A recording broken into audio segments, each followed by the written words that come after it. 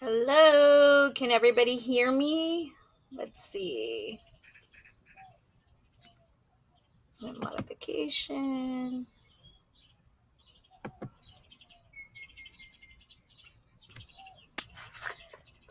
Okay, I'm just gonna get started, but I'm gonna wait for some people to join me. Let's make sure everything is correct and all that good stuff. Let's see. How's everybody doing today? I'm just waiting for some viewers before we get started. Okay. Well, I'm going to go ahead and get started, and I'm going to wait for, I'll just go ahead and get started. My name is Alexandra. I am a program director with Behavioral Health Solutions. I've been with the agency now a little over 4 years, so I'm pretty excited about, how far we've come and how far we're going and all that good stuff. And for those of you guys who are new to our lives, this is something new that we're doing to connect with our community virtually. Behavioral Health Solutions has been in the community now for over 25 years. We service 19 different counties. Let's see. And we provide a variety of wide different services, from prevention, intervention, treatment, and recovery. I'm pretty excited, right now with everything going on with COVID-19, everyone's pretty distressed. Everyone's wondering, when are we going to go back to work? Are we going to go back to work? What is it going to be like? There's going to be so many different changes. So we're pretty excited to continue moving forward. And I know that, this summer is not going to be traditionally like what we normally would do, but we have to keep moving forward and we have to use our resources. And right now we're in an age of technology, and with technology, there's not enough that can be said. There's so much that can be done virtually, and we have to take advantage of these resources. So today, we're going to be talking a little bit about communication and about, how can we connect with our kids on another level. So we have to think to ourselves, what do our kids need right now? Are we helping them with their homeschooling?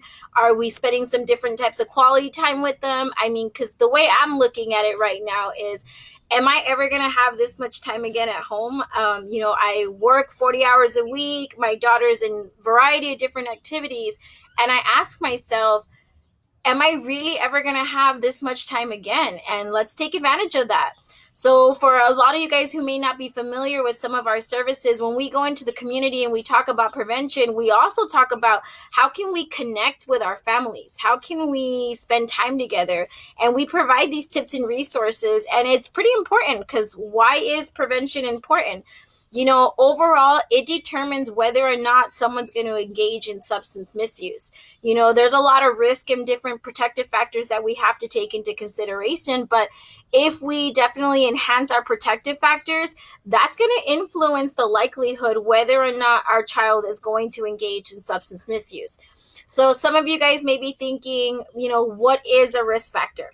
So a risk factor can be anything from the environment that our kids are in. It can be, the influences in the community, academic failure. It could also be, poor social skills. It could also be, maybe that the kids may see their families engaging in overall substance misuse, like if it's okay. So, one thing I thought about before I ever came to Behavioral Health Solutions is, maybe for some of us who come from a Hispanic community, we're kind of prone to seeing, alcoholic beverages being served at parties, at quinceañeras, at 5-year-olds' birthday parties. And those are the kind of norms that we have to break, because those are risk factors. Kids see that as normalization and they wonder, is this okay? Is this something that I'm going to do with my children, and so forth? So we have to think about what are protective factors. So protective factors is the first one that I can think of is strong family bonds. That's an overall given. Also, them doing well in school. Are they able to make friends easily? And also, just how they connect overall, even with their community. I always talk about youth groups. because I have one. I have the PCI Coalition in Brownsville, and I could not be more proud of these kids and everything that they do. But that's a protective factor. We're engaging them, not just talking about prevention, but we're also talking about, things going on in the community. How can they stay active? What can they do to give back? There's just so many different great things, that we can talk about with our kids. And I always tell my youth group, don't feel limited just to, prevention. There's so many other different outlets that they can give back to, whether it's joining a different youth group, whether it's following other organizations. We have so many amazing community partners that we work with. Friendship of Women is one of my favorites. That's located in Brownsville. They service, I believe all of the RGV. They focus on domestic violence prevention, trying to help people feel safe in their community, and what can they do to, make people feel connected. So today we are doing a positive alternative activity, and you're probably wondering, what is that? So a positive alternative activity is stuff that we usually do within the community. We usually have about 10 or 15 participants, and we do things with them that enhance our protective factors. So for this positive alternative, I chose kindness rocks. And you're probably thinking, well, why would we do kindness rocks? So it's a viral trend. It's a viral trend where people are painting on rocks and stones with inspirational messages and sayings, and they leave them in public. So you're probably thinking, well, hello, it's COVID-19 right now. We can't necessarily be out in public, but, it's something for you to do right now. And then later on, take advantage and go place them somewhere. So, for example, this kindness rock. Okay, what I did earlier was I put on my gloves and my mask, and I was wondering, where am I going to get rocks from right now, at least of the size that I was looking for. And I put on my gloves and my mask, and I took a walk around my neighborhood, and there were some train tracks. So I found just a couple large rocks. It's inexpensive. It's free, actually. So I went and I got the rocks, and what I did was I sprayed them down with some Lysol when I got home, and I let them set for a little while.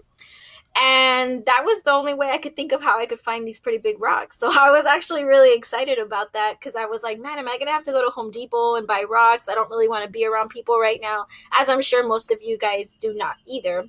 So, like I said, it's a viral trend right now. And according to Kindness Rocks Project website, the ultimate goal is to inspire others. It's to spread kindness, to spread positivity throughout the world. People have been coming together to paint, to hide, and search for rocks and they use their social media outlets to do so. So once you've actually painted a rock, what you could do is, when you're going for one of your daily runs or your walks in the morning, you can place them along trails for people to find, and they usually get excited about it. I've seen people post pictures where they're not necessarily taking the rocks, but they're posting pictures because it just makes them feel good. I always say, smiling at somebody is always the biggest act of kindness anyone can do, because you don't know how it's going to impact somebody. I remember a long time ago, I was on a train in Chicago, and I couldn't stop laughing because I glanced over, just, daydreaming, and I smiled at somebody, and she looked at me and said, "You must not be from here." And I looked at her and I was like, yes, I do live in Harlingen, Texas, but I'm from Chicago. And I think that smiling is everywhere. And for anyone to think that you need to be from somewhere else to spread an act of kindness is crazy, because everyone should be smiling at each other. So I went ahead and I started researching some positive messages that we could be sharing on our rocks. So I hope you guys can see them. I'm trying to see how my camera looks. So some of the positive messages that I looked up were like hope, smile, be brave, you can, you matter, be kind, be unique, hope, and my favorite one, which I don't know if you can see, there it is laugh. Because we can never laugh enough. I always say laughing is good for the soul. So those are some positive messages that I looked up. And I wanted to show you guys some of the supplies that I have looked up for this activity. So this actually is stuff that I already had in my house. But if you don't have paints in your house, I believe we bought these like at Target and at Walmart. We probably spent like $2 on each bottle and all that good stuff. But I know that they do sell paints like at the dollar store. We also have paintbrushes. These were also from the dollar store. We have a bunch of these. And some other materials that I brought out today were permanent markers. So these also can be bought at the dollar store, or I don't know where I got these from, to be quite honest, but I've had them for a long time because I have a bunch of different colors. So I brought these out because sometimes it's easier to write the words that you're trying to share on the kindness rocks. So this was one of the rocks that I had gotten out in the community. And like I said, again, I went and I picked these up, but I followed all of our COVID-19 safety precautions, had on a mask, I had on gloves. And at the end of the day, I sprayed it with Lysol so that, we can disinfect it and all that good stuff. Because overall, we have to make sure that we're being safe. Hi, Sam. Yes, you're very, what does the dollar store have? Are you referring to the brushes or to the paint? I had one comment come in, one of our coworkers. She said the dollar store has a bunch of supplies for $1. Think about. I have my daughter with me today. As you know, there's no school, so I asked her to come out and if she wanted to paint some rocks with me. So we're gonna set up our activity. These also we got at the dollar store. They're little jars. We do that so that she can reuse them quite a bit. So I'm going to go ahead and start pouring some paint in here. And, one thing I like about this activity, it's really simple. It's something that we can do with our kids for fun. It keeps the kids busy and also just reminds them about staying positive during this time. Because right now, I know I'm not the only one at home. I have one child, so I can imagine how some people may be with 3 or 4 kids, and they're trying to think of different activities to stay busy. And it's a lot. It's challenging. I have only one, and it's tough. It's tough because I not only have to maintain my regular 8 to 5 job, but I have to maintain her, and she has school and she has questions. And I've learned that I don't know how I got through the fourth grade because I see some of her stuff and I'm just like, I don't know what to do. I don't know what to do. So definitely kudos to all of our teachers out there because it's hard work. It's hard work, and I don't know if I could do this all over again. So, I know the CDC has sent out some information, but guys, don't buy too much into social media. Don't read too much into the news. Try to wait for those, updates and all that stuff. Here's a rock, baby. Go ahead and start. Wait for updates, from the CDC. Don't buy into CNN and Fox News and all of that stuff because it messes with our mental health. Because, I know right when this was starting, a lot of friends and a lot of family, they were buying into everything that was being put out there. And at the end of the day, it's getting hot out here. At the end of the day, that's not really what happened. Like, we didn't need everybody to go buy toilet paper, and we didn't need all of that stuff. People could have just bought in regular quantity and we would have been fine. So I'm going to go ahead and start. Like I said, my favorite one that I saw was laugh on my positive messages. And once we're done with these, I'm going to disinfect them again with Lysol. And, like I said, when we do go back to our running trails, I plan to put them out there for people to find. So I'm pretty excited about that because I know if I found one of these, I would be pretty excited. And I don't know if I would touch it right now because of COVID-19, but I would take a picture and I would post it on my social media because I love my Instagram and Facebook. What kind of outlets of social media are you guys using right now? Is everyone staying busy? Is everybody working? What are we doing with our kids? Does anybody have any feedback on that? Trying to make sure that I'm using my phone also because I'm trying to make sure that I can see everybody's comments and messages. This is my first time, really doing something different on here. So I'm pretty excited about that and, want to see where we can go virtually. I know that there's so much being offered right now with technology, and I'm excited because I like the one my daughter put is you can. And trust me, sometimes when I'm running outside, I definitely don't feel positive, and I definitely don't feel like I can run these miles. So if I saw that, that would probably lift up my spirits. So I'm going to continue on with my kindness rock. I'm trying to make sure that people can see what I'm writing on here. I want them to see that I'm putting laugh. You can start painting on it, babe. Use the paints that are there, the brushes. Like I said, a lot of these things are super easy to get, super easy to do. The dollar store has a lot of these materials going on. You can do, let's see, you can do like little dots, something that's going to catch people's attention. You definitely want to try to do some vibrant colors so people can see what's going on here.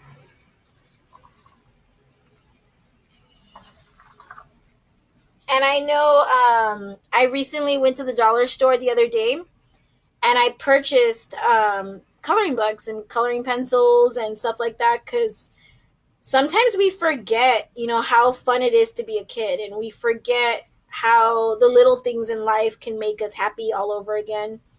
One thing that COVID has showed me is that I definitely don't want to lose sight of what's really important. I know that we all sometimes get so caught up in working because we have bills and we have other things going on, but definitely want to make sure that we take advantage of what's going on and we know that, it's going to end, and are we going to have this time all over again with our families? And I definitely don't want to like lose sight of that because that's what's important.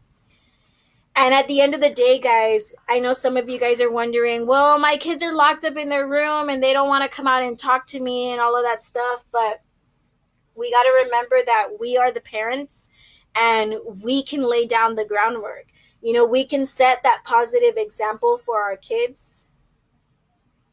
We can set a positive example, getting involved in their lives. Sometimes we have to be like, it's not optional. Like, we want you guys to come outside and paint with me. We want you guys to come and talk to us. Initially when I talked to my daughter, she was like, what? We're going to be outside? We're going to be painting rocks? And I was like, yes, we are, because that's how sometimes you have to do it. We have to talk early about drugs. And I know you're thinking, well, what do you mean we have to talk early about it? Exactly what it sounds like. We have to talk early about it. We have to get involved and see what kind of friends our kids are engaging with and ask them, what do they know?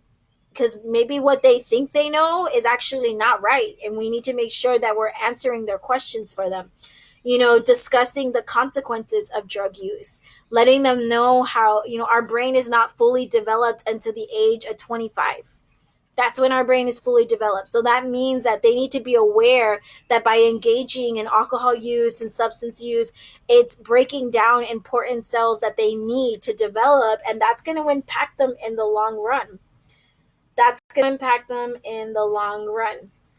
And we need to show that we care enormously about the decisions that our kids make. So what that means is, like, if your kid is telling you, they went to a party and that they decided not to drink, and they're being honest with you about it, show them that you care and show them that they made the right decision.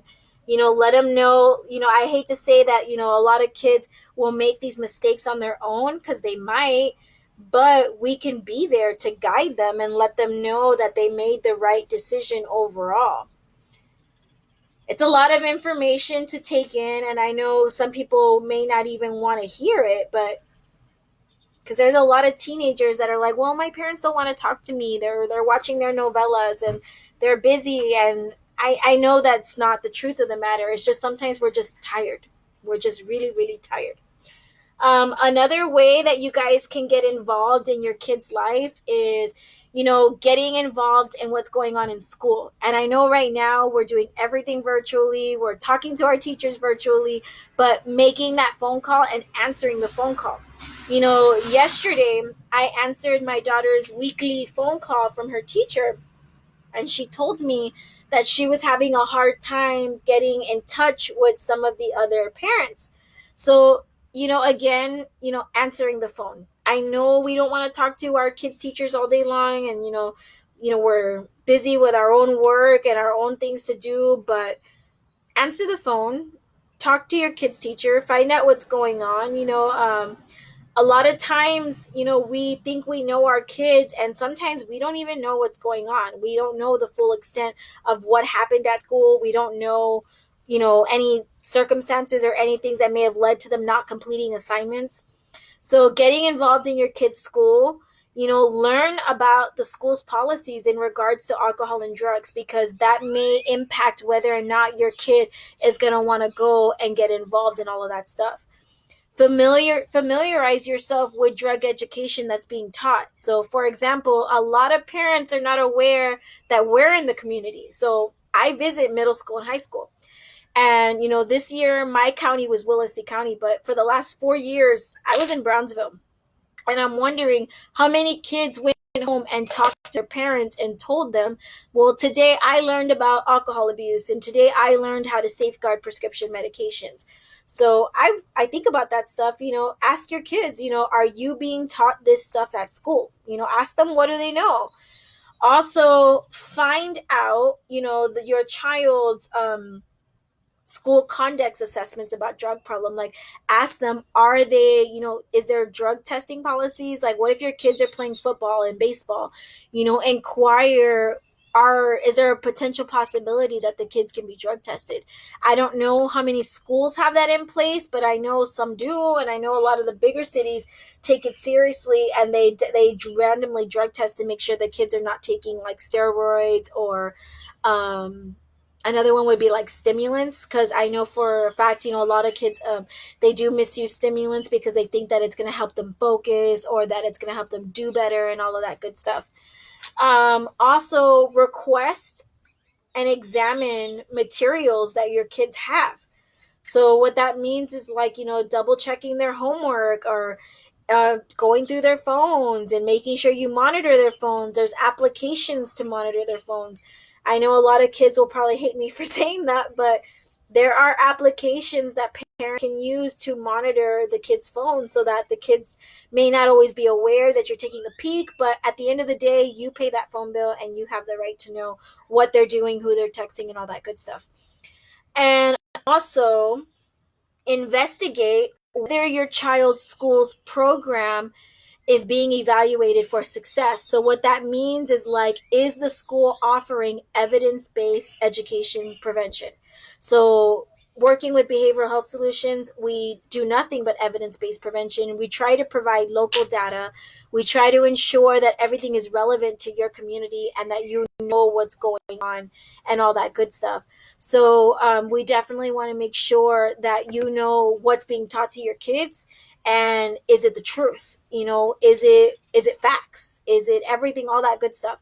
So I know for a fact, like, when I go in and I talk to the kids in Cameron County, because like I said, I live in Cameron County, I like to talk about the policies and procedures.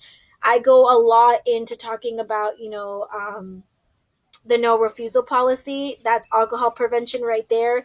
I try to make sure that the kids are aware of the consequences that will happen when they engage in substance misuse, what will happen if they get behind the wheel, ensuring that they know that they're not just chancing a potential accident, but also chancing a DWI, knowing the consequences of all of that stuff. I try to make sure that our kids are fully aware of what is going on, and how. I'm gonna go get a marker. Okay, baby, there's markers right there too. Making sure that they're aware of how and all this is going to be going. Furthermore, definitely want to make sure that our kids are aware also just about being nice. And I think that that's one thing, this activity, positive messages, just about being nice to people, because bullying does not seem like it's ever going to go away anytime soon. I wish I could say that all of our kids are angels and that this isn't going on, but it's the truth. It's what's going on. And I think that by doing activities like this with our kids, just reminds them about being nice, being kind, what it means to be positive and all of that stuff. And just letting them know how they can be a difference in somebody's life, because maybe if, they're the ones spreading positivity and somebody's having a tough day at home, it will help them get through the day. Again, we never know how that smile is going to change somebody's perspective on everything. And just know that children require vigilance. They require it. If possible, arrange to have your child looked after, or if you have to go somewhere. So that means, like, if you think, well, my kid's 11, 12 years old, 15, 16, they're old enough to take care of themselves, but in reality they still require vigilance, because I like to think that my child is the perfect angel, but I'm not oblivious to the fact that she's going to be influenced by other things in the community, and I want to make sure that we're watching after them and that I'm providing that adequate care. Make sure that if your children are unattended for periods of the day, that they feel your presence. So that what that means is, like, if you have to leave your kid alone, they're 14, 15 years old, you have to leave them alone, that you ensure that you call them, video chat with them, ask them. We're in an age of technology. Ask them, take the phone around the house and show you what's going on and all that good stuff. Also make sure that you call parents. If you decide once this whole thing is over with COVID, your kids want to get back to all their friends and they want to make sure that they're doing that they want to get back to hanging out with their friends, that you call their parents and you ask, who's going to be there, who's there, are you going to be there, are you leaving, all of that stuff. Ask all those questions. Don't hesitate to ask those questions. Also, make it easy for your child to leave a place where substance use is being used. Now, this is actually one of the examples that I would give the kids when I would go present to them.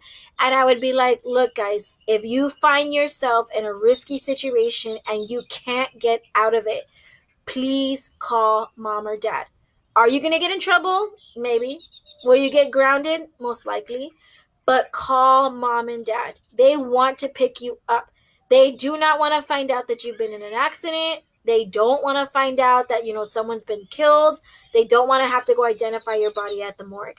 So make your kids understand and feel comfortable to know that if they made a mistake and they did something they shouldn't have done, that they can call you, and that they can tell you, I messed up, please come get me. My daughter's only 10, but I've said it before, because I want her to know that if she goes to somebody's house that maybe I think that I trust and it's uncomfortable for her, that she knows that she has the right to call me at any time. I don't care. You call me and you tell me, Mom, I don't feel right here, I need to get picked up. And that's it.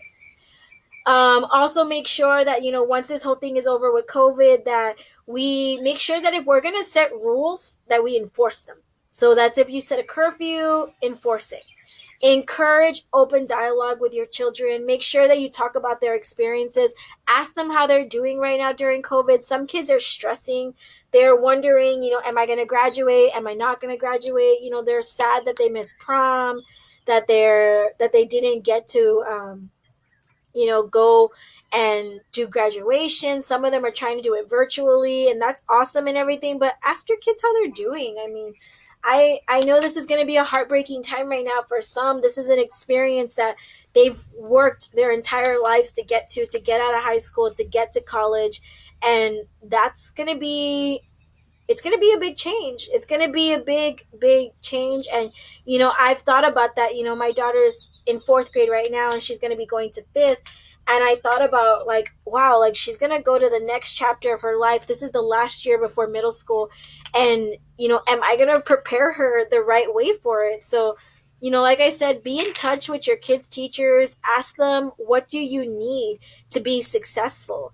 Ask them, how can you assist and how can you help make this easier for everybody involved? I'm still just doing cute designs on my rocks, because I'm actually really excited. I can't wait to go place these and see if anybody posts them and all that good stuff. See who finds them out at the trails. I'm pretty excited about that.